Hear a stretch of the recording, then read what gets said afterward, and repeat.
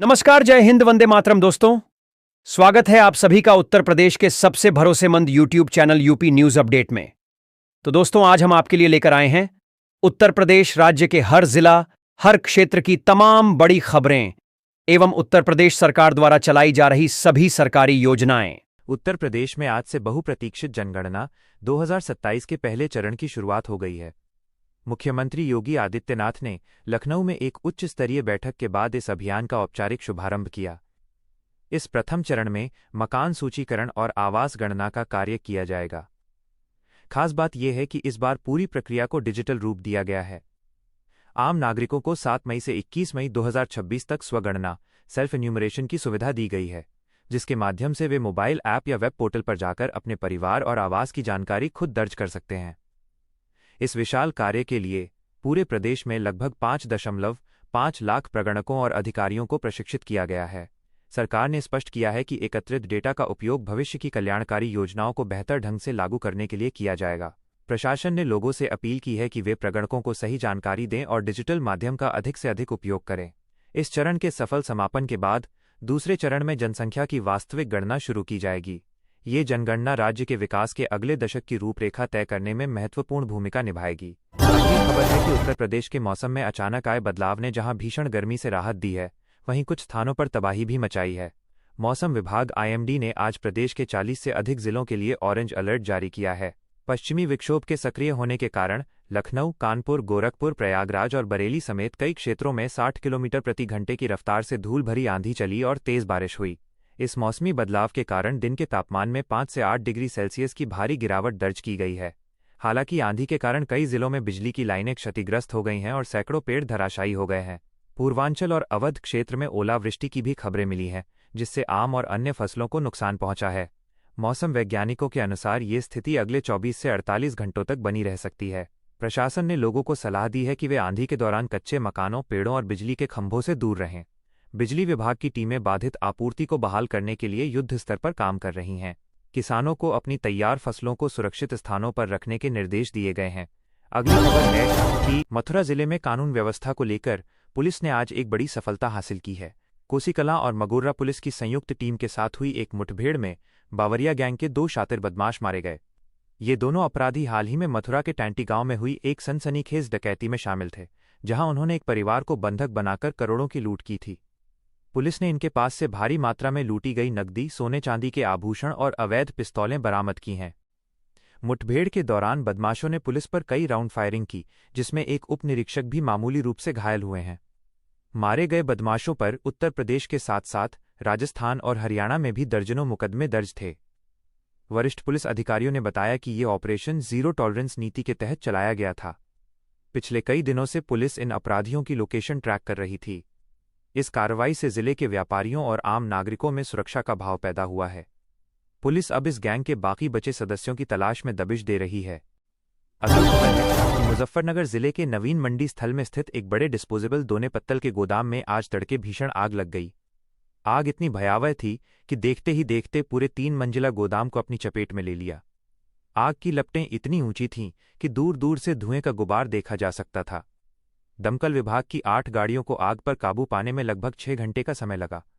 संकरी गलियों और गोदाम में प्लास्टिक व कागज का सामान होने के कारण आग बुझाने में काफी दिक्कतों का सामना करना पड़ा।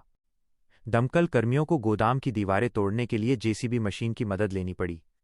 प्रारंभिक जांच में आग लगने का कारण शॉर्ट सर्किट बताया जा रहा है।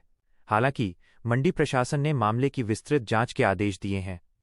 गनीमत ये रही कि हादसा तड़के हुआ और गोदाम में कोई कर्मचारी मौजूद नहीं था, जिससे किसी की जान नहीं गई। लेकिन व्यापारी के अनुसार इस अग्निकांड में लगभग 5 करोड़ रुपए का माल और मशीनें जलकर राख हो गई हैं। स्थानीय व्यापार मंडल ने सरकार से पीड़ित व्यापारी को उचित मुआवजा देने की मांग की है।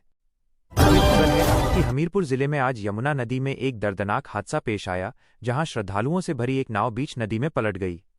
नाव पर क्षमता से अधिक यानी करीब 25 लोग सवार थे, जो दर्शन के लिए नदी पार कर रहे थे। प्रत्यक्षदर्शियों के अनुसार अचानक आई तेज आंधी के कारण नाव अनियंत्रित होकर पलट गई। स्थानीय गोताखोरों और मल्लाहों ने तत्काल कार्रवाई करते हुए 15 लोगों को सुरक्षित बाहर निकाल लिया, लेकिन 6 लोग गहरे पानी में डूब गए। सूचना मिलते ही जिला प्रशासन और SDRF की टीमें मौके पर पहुंचीं। अब तक 4 शव बरामद किए जा चुके हैं, जबकि 2 अन्य की तलाश के लिए सर्च ऑपरेशन जारी है। मुख्यमंत्री योगी आदित्यनाथ ने इस घटना पर गहरा दुख व्यक्त किया है और मृतकों के परिजनों को 4-4 लाख रुपए की आर्थिक सहायता देने की घोषणा की है। अधिकारियों ने बताया कि नाव का रजिस्ट्रेशन नहीं था और चालक ने लाइफ जैकेट जैसी सुरक्षा मानकों की अनदेखी की थी। जिला मजिस्ट्रेट ने भविष्य में ऐसी घटनाओं को रोकने के लिए नदी घाटों पर कड़े सुरक्षा नियम लागू करने के निर्देश दिए हैं। अगली खबर है कि इलाहाबाद उच्च न्यायालय ने आज व्यक्तिगत स्वतंत्रता और पुलिस की कार्यप्रणाली को लेकर एक ऐतिहासिक फैसला सुनाया है। अदालत ने उत्तर प्रदेश सरकार को आदेश दिया कि वो एक पीड़ित व्यक्ति को 10 लाख रुपए का मुआवजा दे, जिसे पुलिस ने बिना किसी ठोस आधार के 3 महीने तक अवैध हिरासत में रखा था। न्यायमूर्ति की खंडपीठ ने सुनवाई के दौरान सख्त टिप्पणी करते हुए कहा कि पुलिस किसी भी नागरिक की गरिमा और स्वतंत्रता को बिना कानूनी प्रक्रिया के नहीं छीन सकती। ये मामला तब सामने आया जब पीड़ित के परिजनों ने बंदी प्रत्यक्षीकरण हबियास कॉर्पस याचिका दायर की थी। जांच में पाया गया कि स्थानीय पुलिस ने कागजी कार्रवाई में हेरफेर कर उसे अवैध रूप से बंद रखा था। अदालत ने न केवल मुआवजे का आदेश दिया, बल्कि दोषी पुलिस अधिकारियों के खिलाफ विभागीय जांच और कड़ी कार्रवाई करने का भी निर्देश दिया। कानूनी विशेषज्ञों का मानना है कि ये फैसला भविष्य में पुलिस की मनमानी पर लगाम लगाएगा और मानवाधिकारों के संरक्षण में मील का पत्थर साबित होगा। सरकार को मुआवजे की राशि पीड़ित के बैंक खाते में 1 महीने के भीतर जमा करने को कहा गया है। राजधानी लखनऊ में आज से 2 दिवसीय अंतर्राष्ट्रीय फल सम्मेलन फ्रूट होराइजन 2026 शुरू हुआ। इस सम्मेलन में देश विदेश के कृषि वैज्ञानिक, निर्यातक और हजारों प्रगतिशील किसान शामिल हो रहे हैं।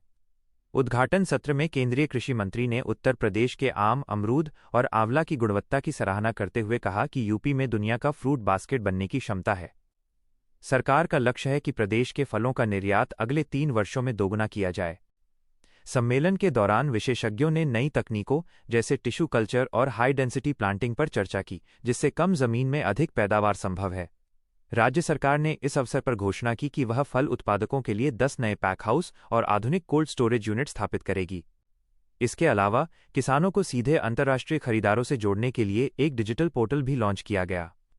इस आयोजन से यूपी के किसानों को न केवल बेहतर बाजार मिलेगा, बल्कि उन्हें फूड प्रोसेसिंग, खाद्य प्रसंस्करण के क्षेत्र में भी रोजगार के नए अवसर प्राप्त होंगे। अगली खबर है कि उत्तर प्रदेश सरकार की महत्वाकांक्षी योजना गंगा एक्सप्रेसवे को लेकर आज बड़ी खबर आई।